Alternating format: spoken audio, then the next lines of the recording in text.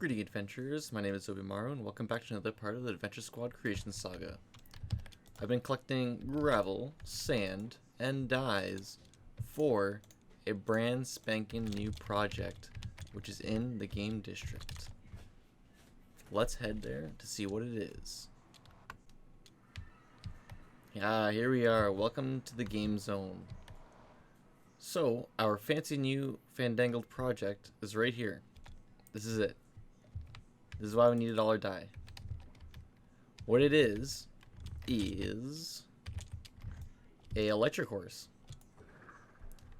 So, this isn't your any ordinary day Elytra course.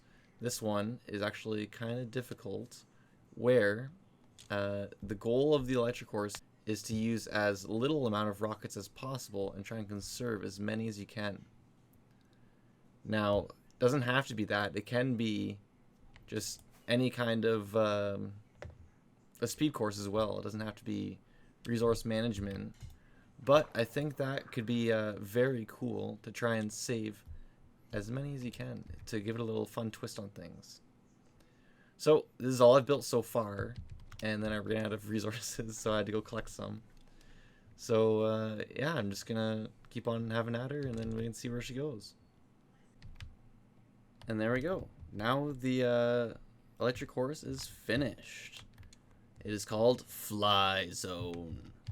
This is an Elytra course made by me. Did I say that right? I don't even know if I said Elytra right. Elytra. You can count by the quickest time or the least amount of rockets used. So that's an interesting way of thinking about it. Like, usually it's just whoever can do the course the quickest. But I'm also gonna say that when you start to take count of how many rockets you use, and whoever used the least amount of rockets wins. It is possible to complete the course without using a single rocket. And that's because I put strategic water and I'm supplying Riptide Tridents. Riptide Tridents are allowed and encouraged. There are 4 supplied in the chest to the right, and good luck. So, this is where you start. I'm going to go through it again, and we'll just see how it goes.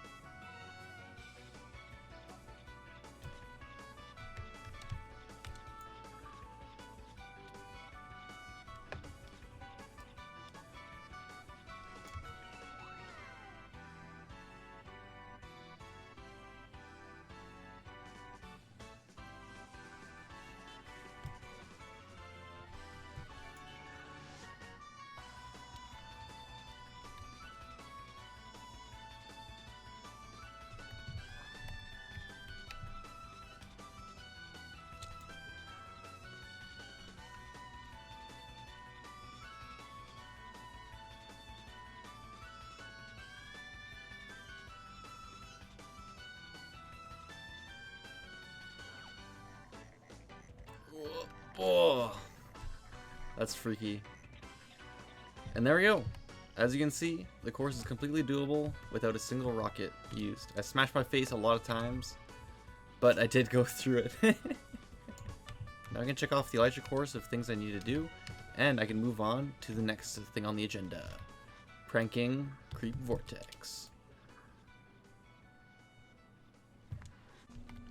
So Comic here wants to set a prank on the brother, Creep, the Cretan, the monster of the server, the king. No, wait, I'm the king. Who's the king? Creep's house. He set up, yeah, that's solid diamonds in here. But we were doing a little bit of research for a little prank we were going to pull on him. And when we look inside, it's not solid at all. He's a dirty liar. And I think he deserves a prank, right, comic? Yeah, that's right. So, I'm going to set up a little something, and we're going to get him good. What I think I'm going to do is I'm going to set up some observers here, hooked up to some blocks with redstone above it and pistons, so that whenever any of these get updated, it fires out these redstone blocks. Then I'm going to have a redstone line down here, so that when I go this way, yeah, there we go, it's going to he even cheaped out on the floor. Use slabs. Oh, I think Creep is actually like the cheapest person on the server instead of the richest. He really deserves this prank. So I'm going to take this redstone line and I'm going to bring it over this way, and I'm just gonna, you know, boop, boop, boop, boop, and do one of these bad boys. So there we go. Whenever any of these will be updated, it's gonna set off the explosion. And oh, that's a little too close. I'm gonna bring it 1 block, 2 blocks further. I don't want to wreck his diamonds and stuff, but like I want to give him a good scare. Make sure you record your diamonds. Love, Comic, and Zoby.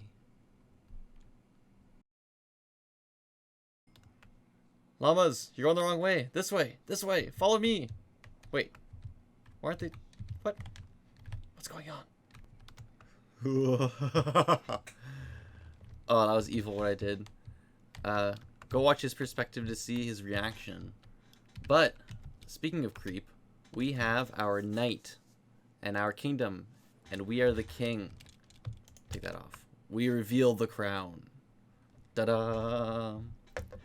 We are going to make the QuestGames, where I'll have people who can sign up to be knights of the kingdom, or knights, the girl version of knights? I don't know. But they'll be paying to be a knight or knightette in the games, and I will provide quests for them to go on. Each quest is ranging in difficulty and ranges in points that is acquired upon completion. And by the time I run out of quests, the game will be over, and whoever has the most points wins.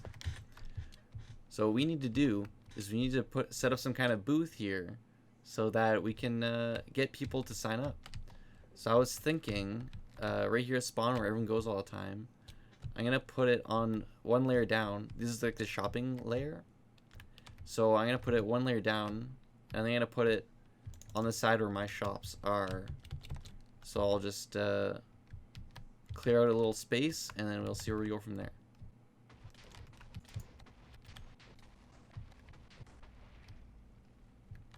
Uh-oh.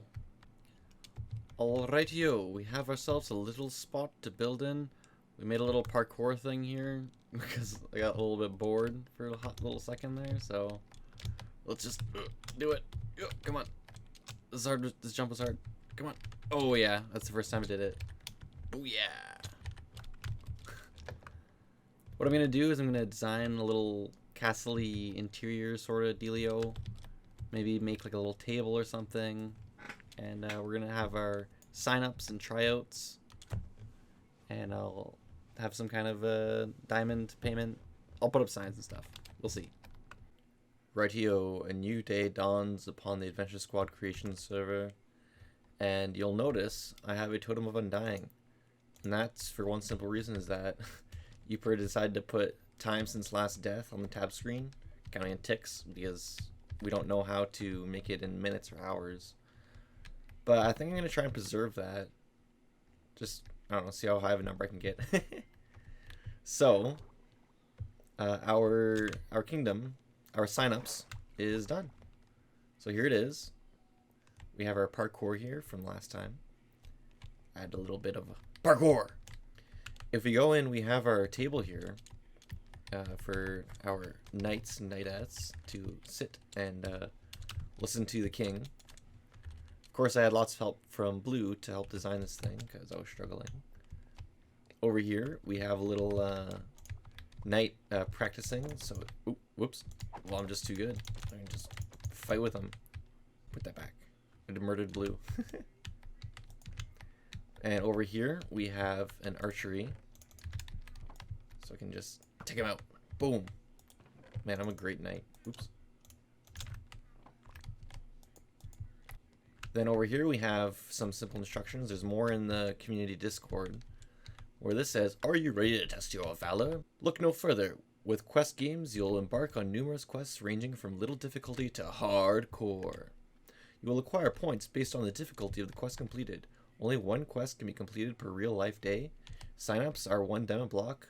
Put the block in the chest along with a named shield with your name on it. The second place winner gets 3 diamond blocks, while the first place winner gets everyone's entry fees plus 3 more diamond blocks." So I have shields, complimentary, anvil, and oh, we have a new entry, snooper, blue, and this is just an example, so that's me. On the other side, we have a map that will lead you from where you are. Oh geez, that scared me. And it can lead you right to the quest games. So this is where you'll find your quests, and all the scoreboards is right there. So let's head over there. It's not that far of a trip, just right over here to the kingdom.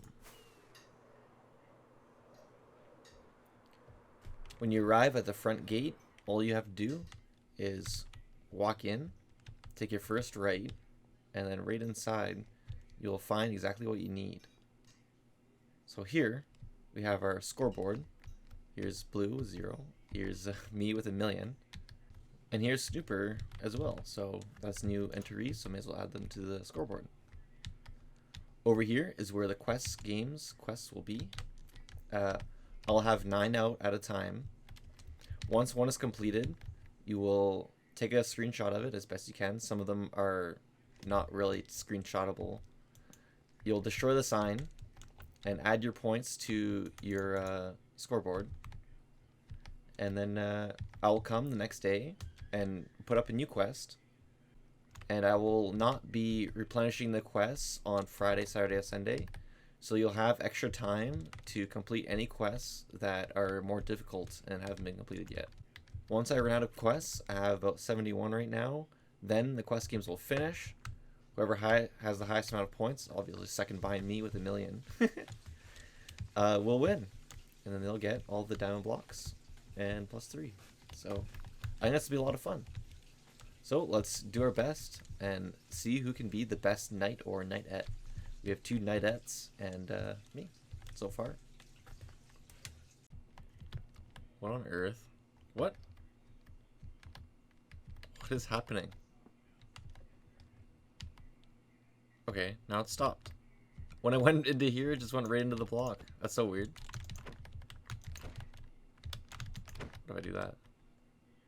We'll do it again. Nope. Alright, well. This is a new contraption that I've made. It is designed by CubFan, and it is a dried kelp farm. Alright, I've just gone on the camera account to get a better look at the thing. So I tried to explain the best I could, and I wasn't really doing a great job. So, the kelp grows on here. Observers detect it once it grows 2 blocks tall. It'll send a pulse back here to all of the pistons, and it will fire and break all of them, in which all these are source blocks, so they'll all float up to the top, get pushed to the middle, over to here, where there are 2 hoppers. This one is an overflow hopper, and the second one leads to a hopper minecart, which if a hopper minecart is on a detector rail like this, it can detect how full the minecart is, and when it's 100% full, it releases it, going over top all the furnaces, which will smelt using dried kelp blocks that are making from the farm. I have the fuel line just going back and forth with a hopper minecart, which I just craft from these chests here. Next up is the return valve, or where the cooked kelp goes. It follows this hopper line here, goes into this dropper.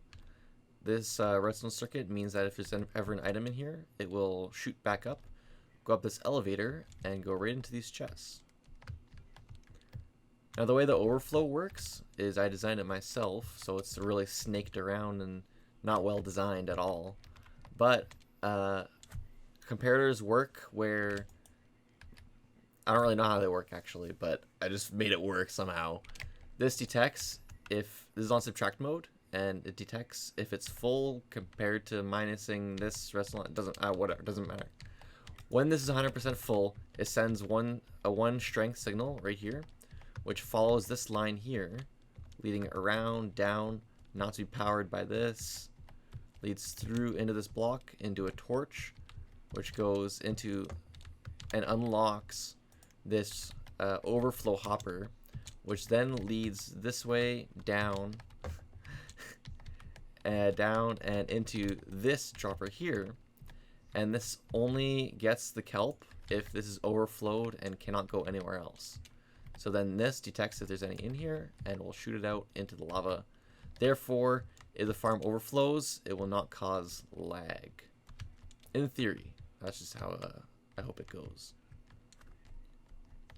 And one more thing I want to show off before the end of the episode is this. You can see in the water that, let's just get up and get a nice aerial view. I have some stone pixel art of my face and Blue's face, because Blue's been a great help. And I'll probably get more faces like maybe Creepin' Comic, I'm not sure yet. And what I'm going to do is I'm going to make these faces in the wall and make a Mount Rushmore. I think that'll be really cool. So look forward to seeing that. Other than that, the base hasn't really progressed much. I haven't been working too much on it. So this is still like all the same. I just haven't really been in the mood to build it yet. It comes in waves, okay. I still have yet to build the second floor, which accidentally made it too tall to go to a bridge over to there. And then I'm going to have rooms up here, and then we'll see where we go.